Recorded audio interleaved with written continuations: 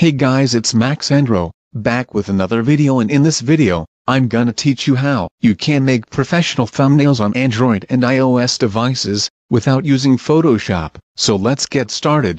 Never let you go.